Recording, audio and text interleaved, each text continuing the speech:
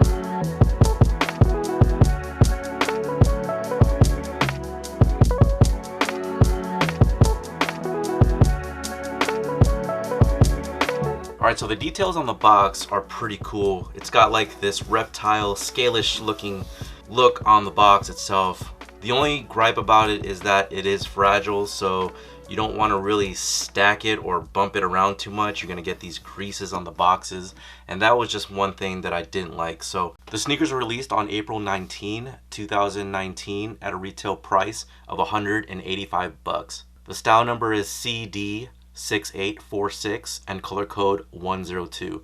Now, something that you'll notice with the new tag on the box is that it does have a QR code. And when I use it to scan,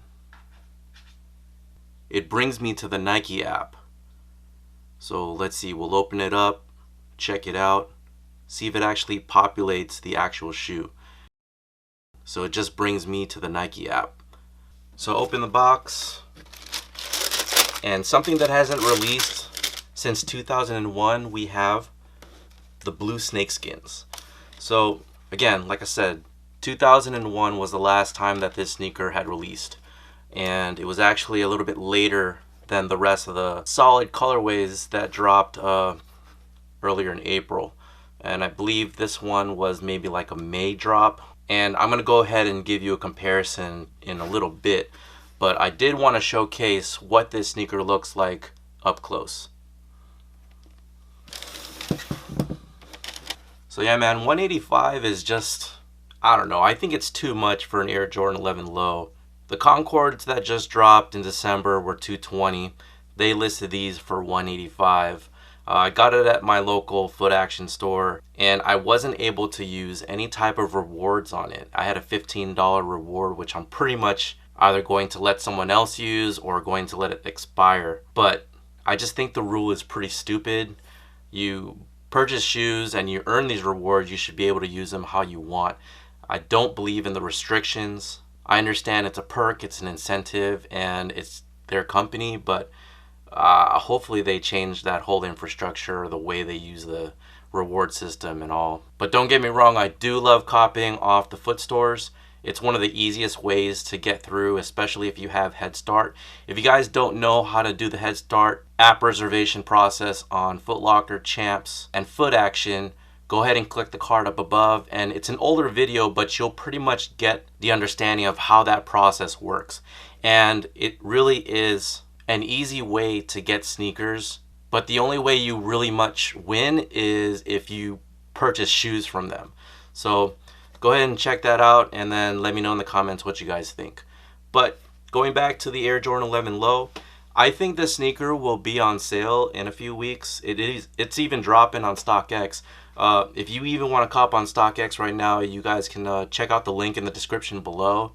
And I believe it's going for as low as like $170. So this one with tax was about $201.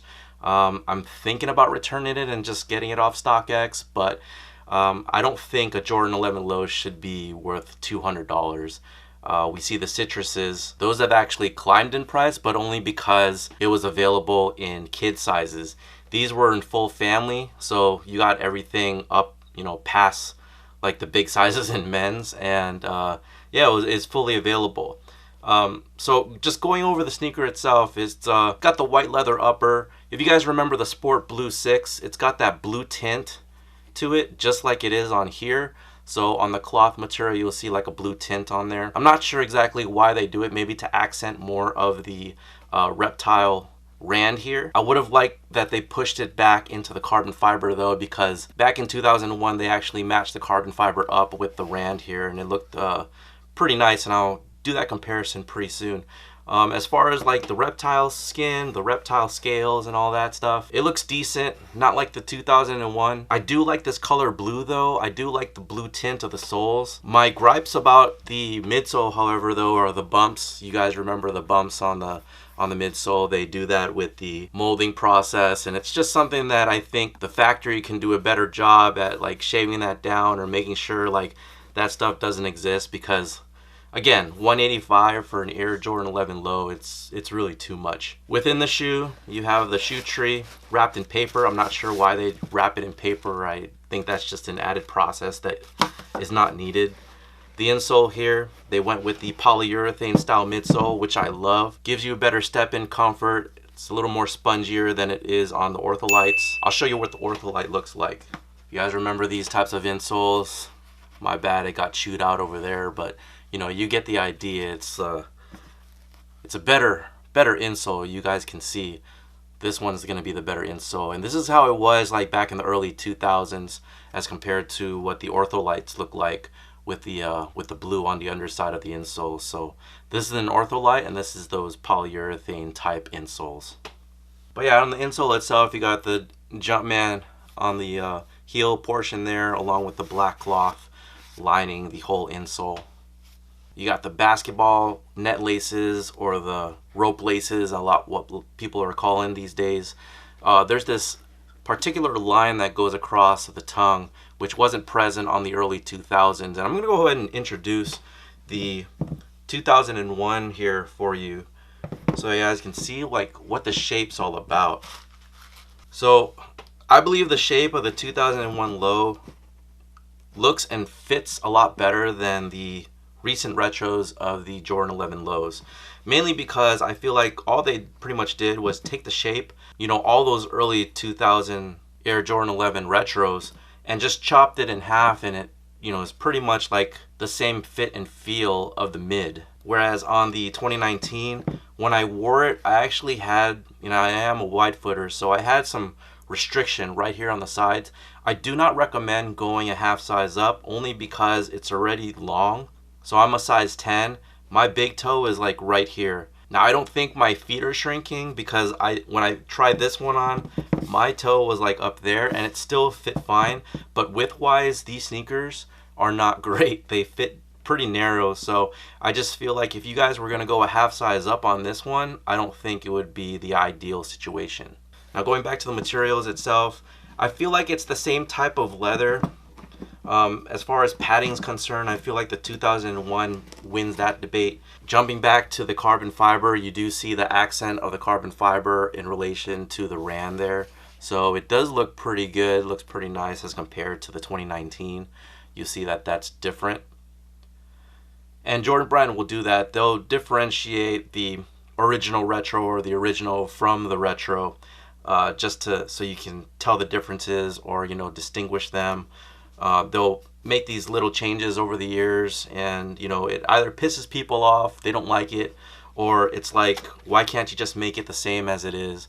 You kind of have to understand what both sides of the tail, both sides of the spectrum thinking is there. But I do like that they do little changes. This right here, the carbon fiber, is a major change to me. You do see the yellowing over the years with the 2001 versus the 2019 with the blue tint to the sole. I feel like the herringbone traction, the pods are pretty much on point with the color there. Probably a little bit darker on the 2001, but it's probably due to age again as well. Cushioning should be about the same with full length Nike Air inside on the top side or underside of the strobo board right there. And then that's pretty much it. Like even the backside, it is pretty much the same, but the lamination process here, they do different on the 2019 versus the 2001. They screen print this guy, and then they pretty much just like do a heat press on the 2019. So I feel like the 2001 would stay a little bit longer than the 2019, where this one would like chip away, this one would kind of fade away. But that's pretty much the only major difference there. As far as like the rand height of the Air Jordan 11 Snakeskin is that I give it a half size taller all the way around this rand of the 2001, whereas on the 2019 it's a half centimeter smaller all the way around. It does make it look weird, especially with the shape of that banana look versus the 2001, where you get like that nice smooth transition right there. And then the rope laces, they're a lot more thicker on the 2001 versus the 2019. And I'm not sure why they changed that or why it has to be skinnier. I always liked the big fat laces on the 2001 type Air Jordan 11s. So if you guys have the older style retros, you can see that difference there. Even on the OGs, like the OGs are even bigger in my opinion. But again, that's it. That's the comparison between the 2001 and the 2019. Let me know what your guys' thoughts are on the sneaker itself. Are you guys going after it? Did you guys get it for retail? Are you guys gonna wait for it to go on sale or drop even more? Again, if you guys want the sneaker now, you can go on StockX, and I have a direct link on the description of my video where I get a portion of the sale, and it helps me out just a little bit. But yeah, I would just continue monitoring prices and see if it drops even more. I'm hoping that it would probably get down to at least 150 and below, which I feel like that's where it should start with the retail price instead of 185. But again, like a lot of the stuff with Jordan Brand will sit on shelves, so you pretty much just have to be patient and wait for the sales and for the prices to drop.